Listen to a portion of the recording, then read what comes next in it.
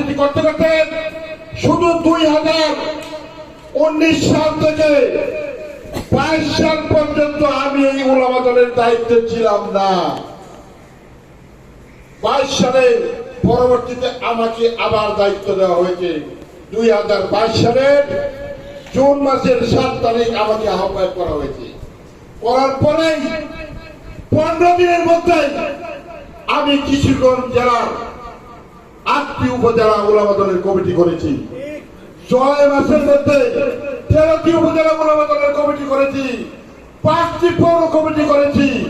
করতে করতে করতে করতে মাত্র 2 বছরে আমি কিশোরগঞ্জ জেলা উলামা দলকে আজকে বাংলাদেশে চ্যালেঞ্জ করার মতন সর্বোচ্চ শক্তিশালী কিশোরগঞ্জ জেলা উলামা দল গঠন করতে আমি সক্ষম হয়েছি।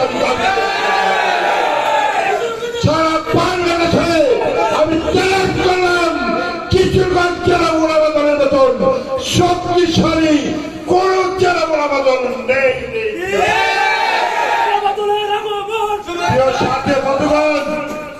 কথা অনেক আছে, অনেক আছে কথা।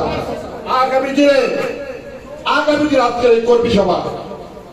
এই কর্মী সভা সোহেল ভাই সাক্ষী, মাজারুল ভাই সাক্ষী। কিশোরগঞ্জ জেলার এই কিছুদিন পূর্বে গায়েবারে জানাজার জন্য 5 জন লোককে একত্রিত করা যায় নাই।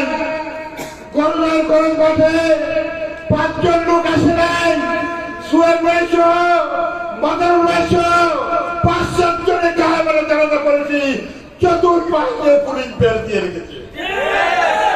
এই অবস্থায় গায়েবারে জানাজা করেছি। প্রিয় সাথী বন্ধুরা, পরে ফিরে যেতে পারবো কিনা, বাড়িতে যেতে পারবো কিনা সেই নিশ্চয়তা ছিল না। আজকে আগামী দিনে নেতৃত্ব নতুন করে আসবে। আগামী দিনে কেন্দ্রীয় নেতৃবৃন্দ নতুন কমিটি দিবেন। সেই কমিটিতে যদি আমাকে আপনারা যোগ্য মনে করেন আবার দায়িত্ব দিবেন। আর যদি যোগ্য মনে না করেন, দলের জন্য যদি কোনো কিছু না করে থাকি, উলামা দলের জন্য যদি কোনো কিছু না করে থাকি, আমাকে দায়িত্ব দিবেন না, আমার কোনো আপত্তি নাই। প্রিয় সাথী বন্ধুগণ, সুন্দর একটি কমিটি দিবেন। সুন্দর কমিটি আসা প্রত্যাশা রেখে আপনাদের সকলকে আন্তরিক ধন্যবাদ জানিয়ে আমি আমার বক্তব্য শেষ করছি। খোদা হাফেজ। আরেকটি কথা আমি বলতে চাই, আমি বিএনপি রাজনীতি করেছি। আমি রশিদাবাদ ইউনিয়নের নেতৃত্বকে দৃষ্টি আকর্ষণ করছি। আমি এই যে দেলোয়ার ভাই, আমি বিএনপিও করেছি। আমি রশিদাবাদ ইউনিয়ন আমার ইউনিয়ন।